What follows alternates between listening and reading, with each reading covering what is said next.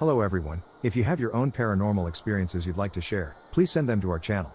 Remember, we're not looking for fiction, but real accounts of unexplained events. Stay safe out there, and remember, not all ghosts are scary.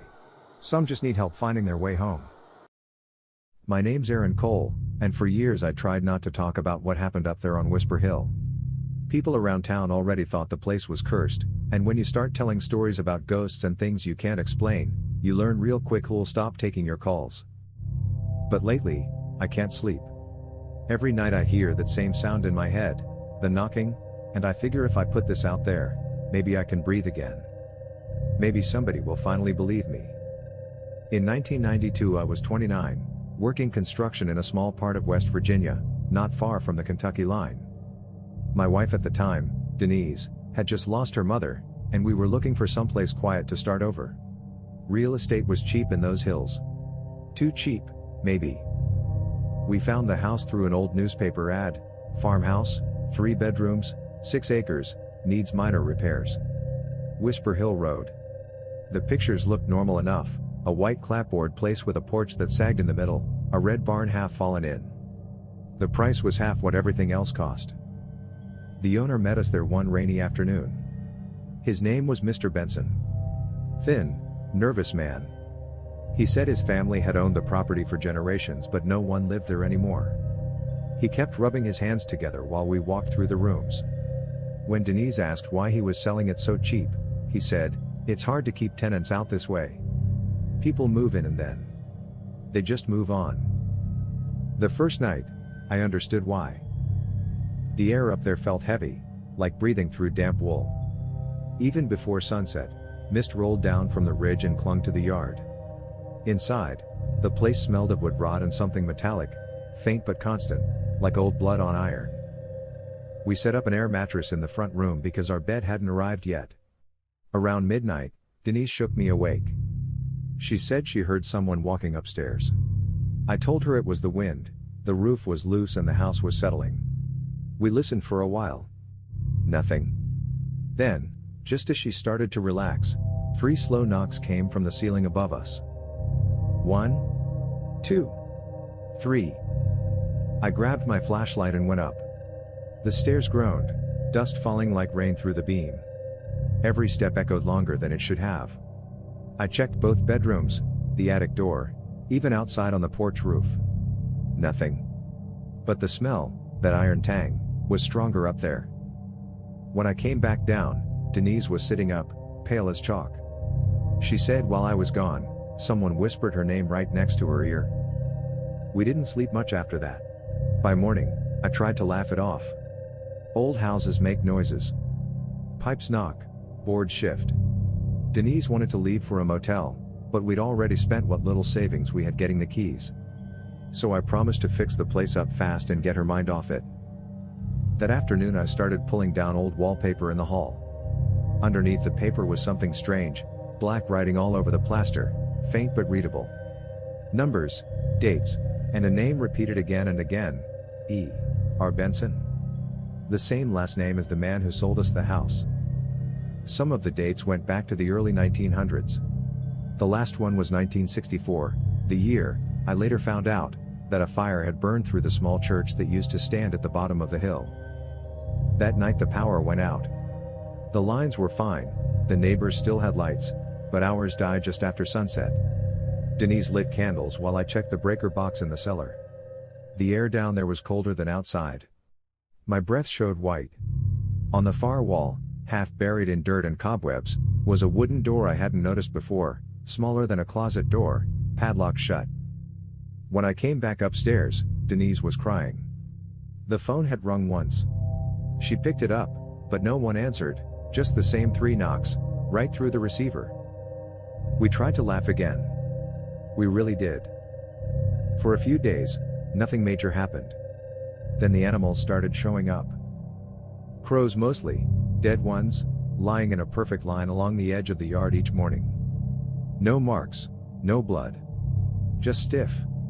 Denise refused to go outside. She said the woods felt wrong, like something was watching. I kept working. It gave me something to do besides think. In the attic, I found a box of cassette tapes labeled 1963 Sermons, Pastor E.R. Benson. The handwriting matched the scrawled name on the walls. I set one in the player out of curiosity. The recording hissed, then a man's voice filled the room, calm at first, then rising with anger. Evil walks these hills. It calls itself mercy. It will feed until the land is clean. The tape ended with a loud pop and static that didn't stop until I yanked the plug. That night we slept with the lights on. Around 3 a.m. Denise shook me again. "Aaron," she whispered, "they're outside." I looked out the window. The yard was bright with moonlight, fog low to the ground. At first, I saw nothing. Then movement, a shape by the fence. A man, I thought. But when I blinked, he was gone. Seconds later came the knocking, only this time from inside the walls. It moved, kitchen, hallway, right behind our bed, always 3 knocks. I slammed my fist against the wall and shouted for whoever it was to stop. The knocking stopped instantly. Then something answered from upstairs, 3 knocks in return. I swear to God, I felt the floorboards vibrate under my feet. We left the house before dawn and sat in the truck until sunrise. Denise begged me to call Mr. Benson and demand an explanation. I did. He didn't sound surprised. He just said, "You found the door yet?" and hung up. That was the moment I realized he knew exactly what lived there. I couldn't stop thinking about the cellar door. That night, I stared at it for hours with a flashlight, shaking, trying to convince myself it was nothing. Denise refused to go down there. She said the air smelled different when you even approached it, like metal and wet earth mixed with something else I couldn't name. I made a decision I'll regret for the rest of my life. I picked the padlock with a pair of pliers from the toolbox. It clicked open easier than it should have, like it wanted me to. I froze. For a long moment, nothing happened. Then I pushed the door slowly. The stairs led down into darkness so thick it swallowed the beam of my flashlight. The smell hit me first, iron and decay. I coughed. The stairs creaked with every step.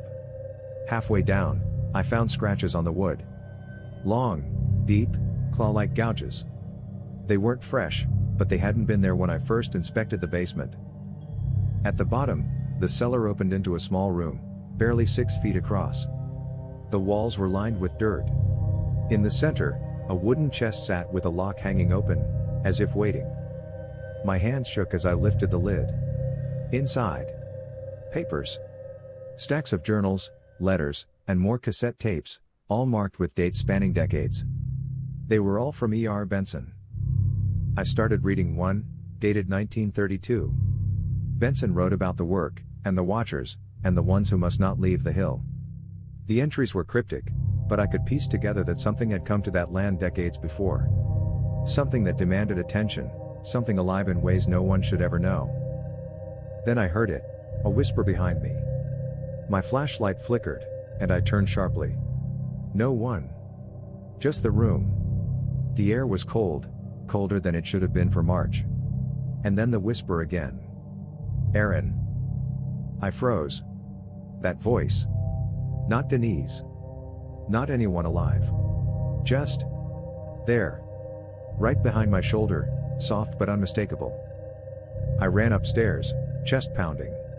Denise was awake, sitting on the bed, clutching her knees. I tried to explain what I'd found, but the words sounded hollow in the heavy, still air of the room. Then came the sound, the stairs. Slow, deliberate. Footsteps, descending from the attic. We had no attic access without a ladder. No one should have been up there. I grabbed a hammer. Denise grabbed a candle. Together, we went to the stairs. By the time we reached the attic door, the footsteps stopped. Silence. The air. Heavy, oppressive, like the house itself was breathing. I opened the door slowly. Nothing. Just the empty space, covered in dust and old beams. I turned to go back downstairs, and that's when I saw it, writing on the wall, scrawled fresh this time, black and dripping like ink, "Leave now or stay forever." We didn't wait. We packed the essentials, the truck idling in the driveway, engine running. As we drove away, I looked back once. The porch swing moved gently in the fog, no wind. The house stood silent, watching, waiting. We tried to sell the house. No one would take it. The neighbors avoided us. Some whispered about the old pastor and the fire at the church, about children disappearing decades ago. Some laughed at us. Some just didn't answer when we asked about the land. Years later, I tried to forget. I moved to another state, changed my number. But the sound followed me. 3 knocks. 3 knocks in the middle of the night. A whisper of my name. Always the same, impossible to ignore. And sometimes, when I close my eyes too tightly, I see that black writing again. Aaron. I've read accounts online from people who lived near old Benson properties, all reporting strange shadows, doors that open themselves, whispers in empty rooms. All of them share one thing: they didn't survive the first year without seeing the impossible. I survived, but I can't escape it. I can't explain it. And I know, deep down, that the house on Whisper Hill still waits. Waiting for someone else to hear the whispers, waiting for someone else to knock back. So if you ever find a property in the hills, cheap, abandoned, with a history you can't trace, think twice. Don't move in. Don't look at the basement door. And whatever you do, don't answer when it whispers your name. Because once you do, it never stops. Hey everyone, thanks so much for listening. If you enjoyed the video, please hit that like and subscribe button, and then share with your friends. Your support helps us grow and create even more awesome content. We appreciate you being part of the journey. Here are a couple more videos for you to check out.